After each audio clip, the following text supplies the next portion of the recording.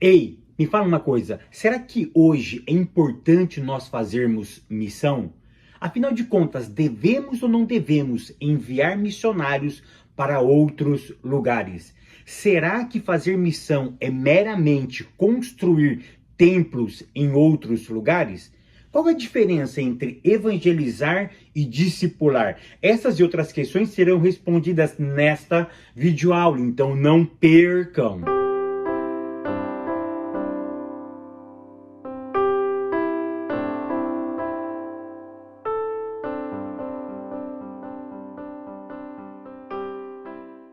A paz, queridos, que bom estarmos aqui novamente no nosso programa semanal da Escola Bíblica Dominical e hoje para darmos início ao quarto trimestre de 2023, que tem como tema a grande missão da igreja, a evangelização. Para quem não me conhece, eu sou o pastor Fábio Segantin. Se você é novo aqui no nosso canal, não perca essa oportunidade, porque aqui do lado tem o botãozinho vermelho, clica nele e se inscreva, porque toda semana temos um vídeo novo no nosso canal. E se você for um inscrito, o YouTube vai lhe avisar quando eu postar algo novo no nosso canal. E não esqueça também de curtir esse vídeo, de deixar o seu comentário e de compartilhar, porque isso é muito importante para nós. Vamos lá? Então, hoje nós vamos começar uma série de estudos bíblicos baseado no tema a evangelização ou na ideia da grande comissão de enviar missionários. O que é fazer missão?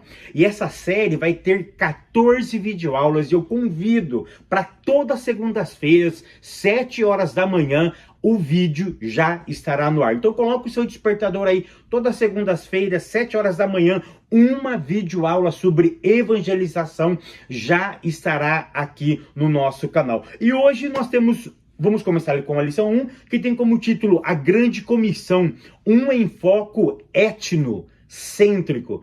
A leitura bíblica em classe se encontra no Evangelho de Mateus, capítulo 28, do verso 19 a 20, e Marcos, capítulo 16, do verso 15 ao verso de número 18. Tópico primeiro, a grande comissão. Ponto 1, o que é a grande comissão?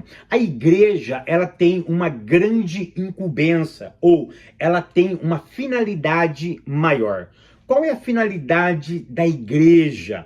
Enquanto nós não formos para o céu, nós temos um dever moral, nós temos um dever com aquele que nos salvou, de propagar a sua mensagem. Daí vem o termo a grande comissão, ou seja, o envio, ou seja, a comissão, a responsabilidade que ele deu para a igreja de anunciar o seu evangelho. Então, todos aqueles que foram alcançados pelo evangelho têm um dever moral, têm a responsabilidade de perpassar, de repassar aquilo que alcançou. E isso foi chamado da grande comissão. Quando Cristo morre, ele, depois de 3 dias, ele é ressuscitado. E aí o que ele acontece? Ele fica 40 dias aqui nessa terra. E antes de ele ser assunto no céu, ele dá essa incumbência para a igreja, que está registrado lá em Mateus capítulo 28, a partir do verso 19, e em Marcos capítulo 16, a partir do verso de número 15, quando ele disse, olha, ide por todo mundo, fazei discípulos, pregai o meu evangelho. Ou seja, ele deu uma ordem, ele deu uma responsabilidade para nós repassarmos aquilo que transformou a nossa existência. Então, a grande comissão é o dever moral, é o dever ético, é a nossa responsabilidade que nós temos de repassar uma mensagem que impactou a nossa história. Mas vale lembrar que a grande comissão, ela não nasce em Cristo. A grande comissão de propagar o evangelho, que esse evangelho pudesse curar as pessoas, de transformar as vidas das pessoas, não nasce em Cristo, não foi ideia dele. Vale lembrar que quando a raça humana ela entra no pecado, ou o pecado deforma ela, perceba que quando Noé desce da arca, o que Deus disse para Noé? A mesma coisa que ele disse para Adão. Para Adão tinha uma finalidade, para Noé tinha uma outra finalidade. Qual era a finalidade para Noé? Noé, você precisa anunciar, você precisa proclamar a mensagem do Eterno para as outras pessoas. Olha, agora só tem vocês, então comece a anunciar o meu evangelho. Comece a anunciar a minha mensagem. Uma outra coisa que eu preciso deixar muito bem claro aqui para vocês é o seguinte, que o evangelho não é algo ou propriedade do Novo Testamento. Se nós lermos Gálatas capítulo 1, nós vamos ver que a primeira pessoa que anunciou o evangelho foi o próprio Deus. E para quem ele anunciou o evangelho? Ele anunciou para Abraão. Paulo deixa muito bem registrado aos Gálatas que Deus entregou, ou Deus anunciou o evangelho para Abraão. Então vocês percebam que a partir de Abraão começa a ter o quê? Começa a ter uma responsabilidade de anunciar, de propagar uma mensagem. É óbvio que Deus escolhe o quê? Deus escolhe uma pessoa. Dessa pessoa, Deus escolhe uma nação. Quem? Israel. Dessa nação, eles seriam detentores dessa mensagem. Mas essa mensagem deveria ser repassada para todas as famílias da terra. Olha o que Deus disse para Abraão em Gênesis capítulo 12, verso de número 3, que em Abraão seria bendita todas as famílias da terra. Ou seja, aqui não tem excludente, aqui não faz acepção de pessoas. Todas as pessoas seriam ou deveriam ser alcançadas pela boa notícia que Deus disse para Abraão. Vale lembrar que lá no deserto, já no livro do Êxodo, capítulo 19, verso 6, quando Deus está instituindo Israel como nação, como povo, Deus agora dá lei para esse povo. E no verso 16, ou no verso 6 do capítulo 19 do livro do Êxodo, Deus diz claramente que Israel seria um reino sacerdotal. O que é um reino sacerdotal? Um reino que ia intermediar. Um reino que receberia a palavra do Eterno e repassaria essa palavra. Então vale salientar que a grande comissão, a ideia da grande comissão não nasce em Cristo. Não foi uma ideia de Cristo. Foi uma ideia que já propagava no Antigo Testamento. E isso foi perpassando pelo tempo e chegou à igreja. E a igreja hoje tem o dever de propagar a sua palavra. Vale salientar aqui que fazer missão não é uma opção, é uma vocação. Todos nós fomos vocacionados para entregar e propagar o seu evangelho. Uma outra coisa que nós precisamos colocar na nossa cabeça, que fazer missão ou pregar o evangelho não é meramente implantar igrejas, mas apresentar um novo estilo de vida. Tem pessoas que quando vão apresentar o evangelho, vão fazer missões, eles pensam que precisam criar ou construir 2, 3, 4, 10, 20 igrejas para demonstrar que o trabalho está crescendo. Fazer missão não é meramente implantar ou criar templos, construir templos, mas implantar ou apresentar um novo estilo de vida. Que estilo é esse? O estilo de Cristo. Ponto de número 2, a questão cultural. Então, já que você entendeu que nós temos um dever moral de pregar o evangelho, aí tem uma questão cultural. Por quê? Porque vale salientar que nós estamos trabalhando nesse trimestre a ideia de nós enviarmos pessoas para pregar o evangelho em outras localidades. Então eu preciso ter a questão cultural. Então olha que interessante, eu preciso enviar, sim. Mas eu quero que vocês entendam aqui o texto de Marcos. Quando a Bíblia diz ide por todo mundo, eu posso entender esse ide não como apenas algo imperativo.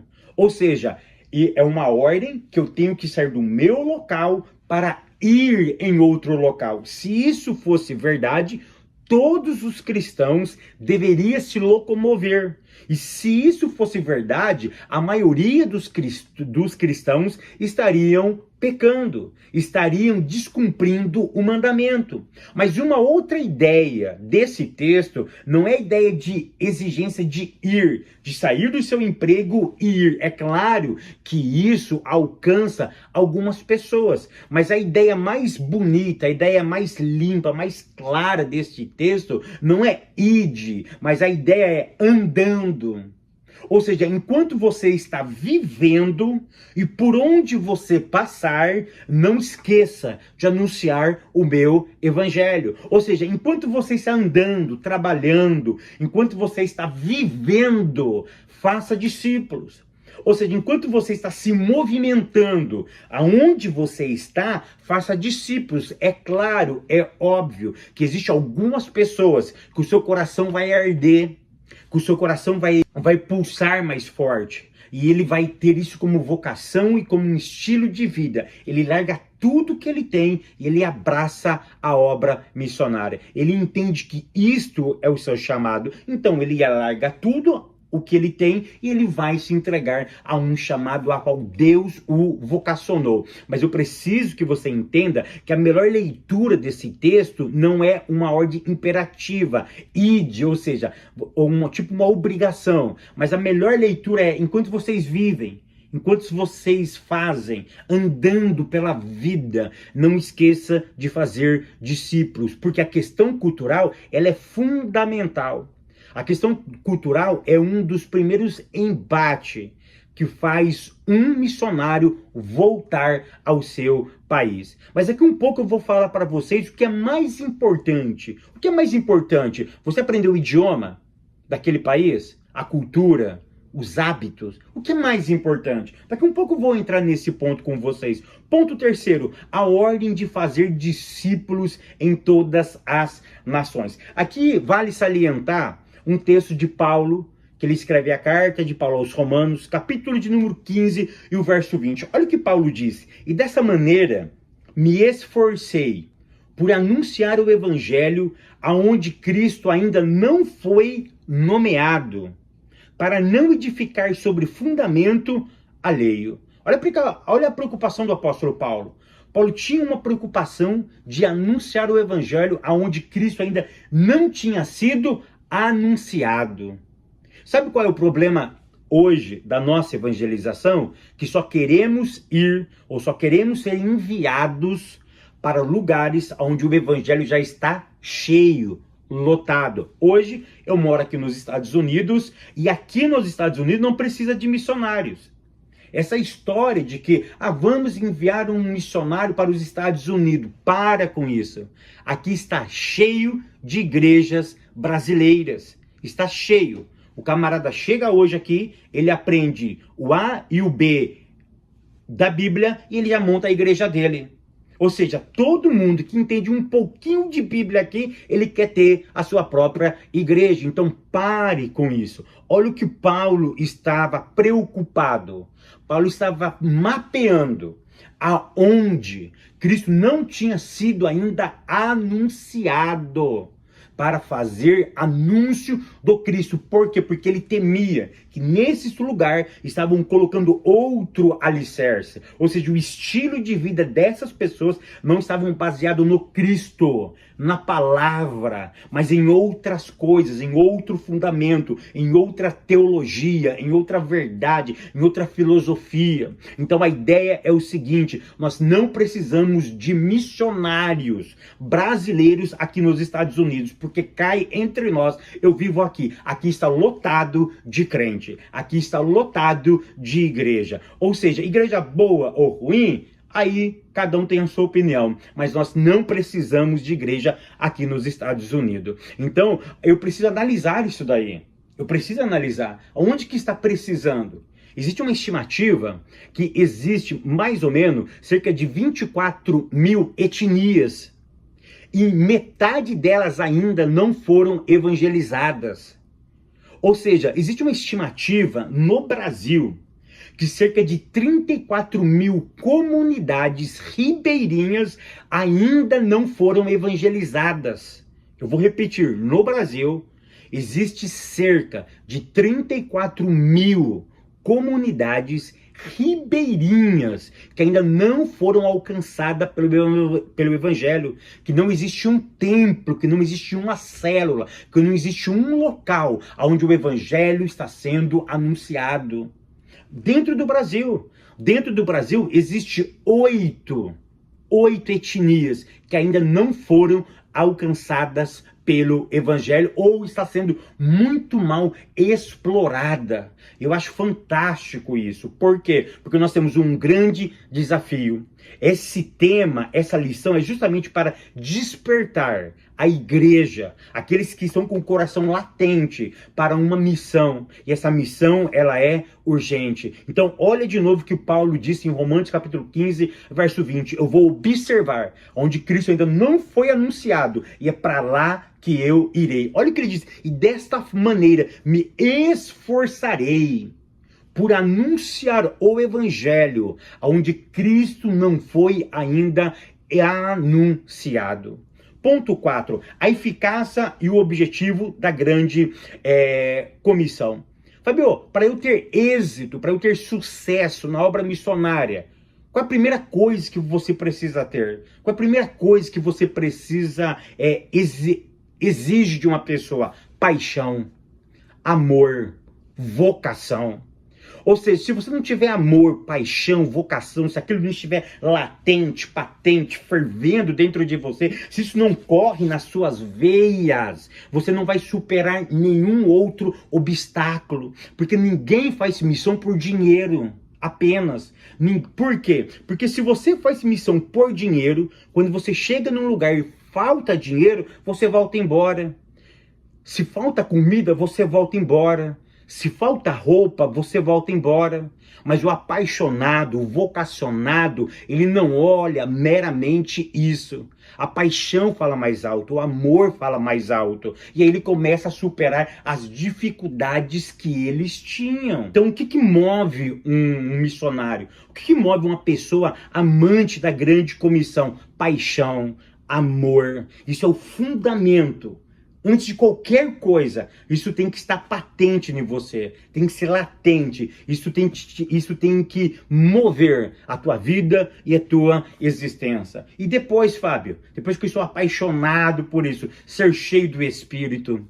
Ou seja, e eu acredito que uma pessoa somente fica apaixonada se ela estiver cheia do Espírito Santo de Deus. Por quê? Porque é o Espírito Santo que move essa pessoa. Miriam Perlman, ele dizia o seguinte: uma pessoa que sai do seu afazer, do seu aconchego e vai para um lugar deserto na África, se entregar para aquelas pessoas, não pode ser uma outra obra, se não for obra e graça do Espírito Santo de Deus. Ou seja, uma pessoa cheia do Espírito, ele supera idioma, ele supera a cultura, ele supera qualquer dificuldade. Então, primeiro, você tem que ser apaixonado. Segundo, você tem que ser cheio do Espírito e apaixonado se mistura.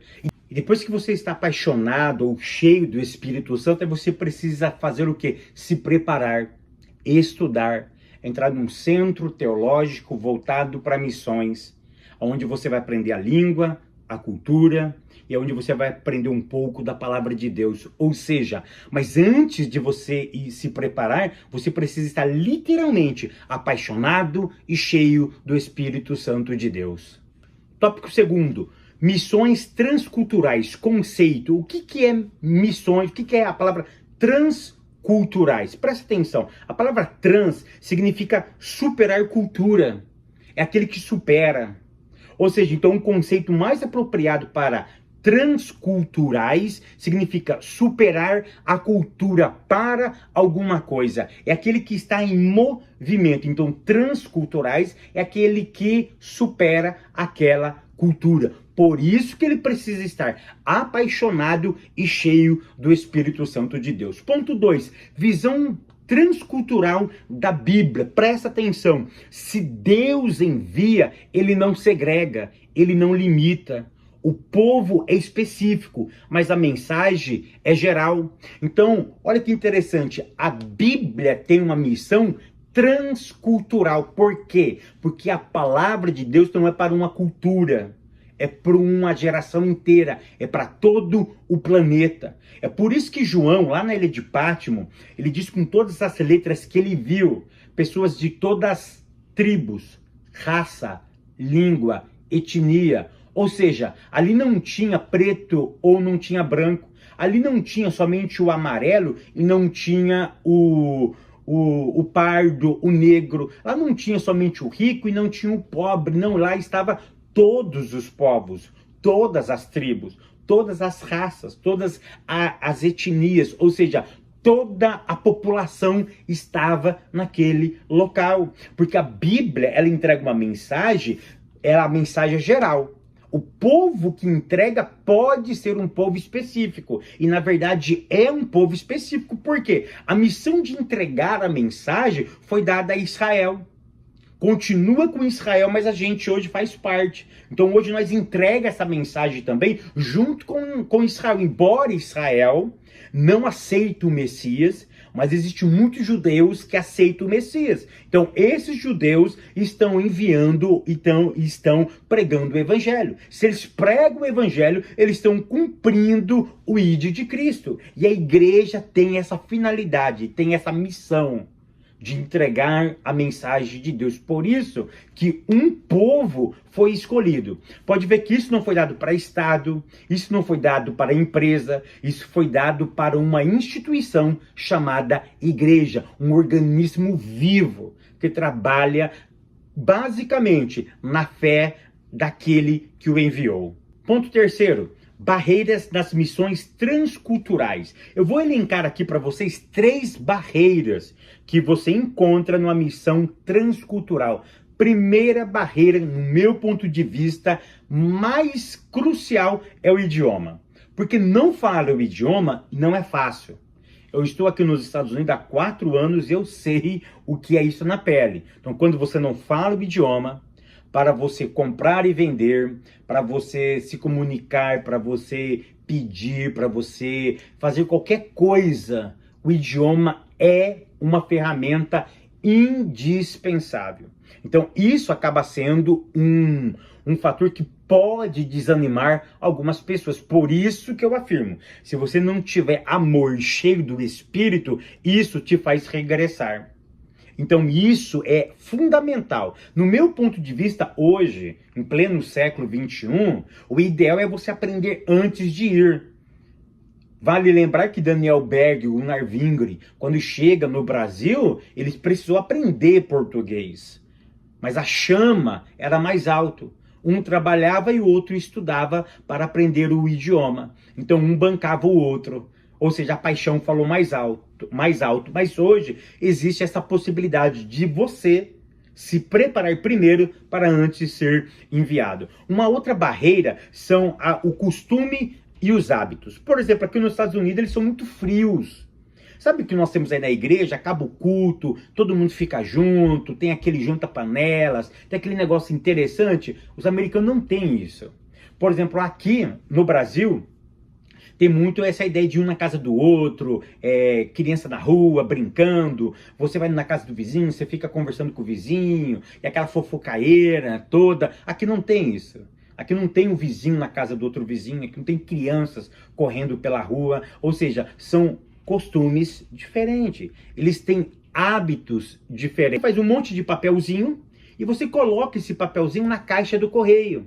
Se você colocar na caixa do correio de um americano pedindo um serviço, por exemplo, para eles, meu Deus do céu, ele pode chamar a polícia para você. Porque você vai colocar o seu telefone lá, por exemplo, você quer limpar a casa dele. Você coloca um papelzinho lá dizendo o seguinte: olha, eu faço limpeza, se você precisar, você me comunica. Pronto, você colocar dentro da caixinha dele, tá morte. Ele chama a polícia para você. Por quê? São hábitos diferentes que o americano não tem. Nós temos a mania de bater em porta, né? Então nós precisamos conhecer o quê? Os costumes e os hábitos. Uma outra barreira que existe é a religião. Ou seja, se você for para um lugar onde não é essencialmente cristão, você vai ter um choque muito grande. Então isso acaba sendo uma das barreiras mais cruciais para aquele que quer fazer missão. Tópico terceiro, visão global do evangelho no mundo. Ponto 1, evangelização e discipulado. Qual é a diferença entre evangelizar e discipular? Simples. Evangelizar é o ato de anunciar rápido e ligeiro. A evangelização impacta na hora. E o discipulado? O discipulado é a arte de preparar alguém, modelar esse alguém para ser parecido com alguém. Isso demanda tempo. Então a evangelização é algo rápido e ligeiro, impacta. O discípulo não. O discípulo é o ato ou a arte de preparar, de modelar alguém para se parecer com o mestre. E isso demanda tempo. Por isso que um dos dons que Deus deu para a igreja foi o evangelista. E o outro foi o mestre. Ou seja, o evangelista traz, o mestre discipula, modela ele para se parecer com o Cristo, para se parecer com o mestre. Ponto 2, arrependimento e capacitação do Espírito Santo. Que você precisa aprender algo fenomenal, que arrependimento não deve ser forçado, mas deve ser anunciado. Por quê? Porque eu me lembro muito bem, na minha juventude, quando eu era novo convertido, que eu ouvi muitos missionários no norte e nordeste do Brasil, dizendo que eles chegavam lá para anunciar o Cristo, e eles anunciavam o Cristo e forçavam as pessoas a aceitarem a Cristo. Eu sei que isso foi para aquele tempo, isso foi bonito, era legal, era interessante, a igreja glorificava, mas esse não é o modelo correto. Arrependimento não deve ser forçado, ele deve ser anunciado. Eu anuncio arrependimento, eu não forço as pessoas a se arrependerem, porque quem tem esse papel não sou eu. O papel meu é de anunciar. O nosso papel é de anunciar o evangelho, é anunciar o arrependimento, anunciar um estilo de vida diferenciado. Mas quem convence o homem do pecado, da justiça e do juízo é obra e graça do Espírito. Então, o evangelista ou missionário, ele não está ali para substituir o papel de Cristo. Ele está ali simplesmente para anunciar e pedir para que o Espírito Santo salve aquelas pessoas. Então, o arrependimento não é e não deve ser algo forçado, deve ser anunciado. Quando eu anuncio o arrependimento, o Espírito Santo de Deus faz a sua obra. Que o Eterno continue te abençoando, te prosperando. Eu te espero no próximo vídeo, querendo Deus.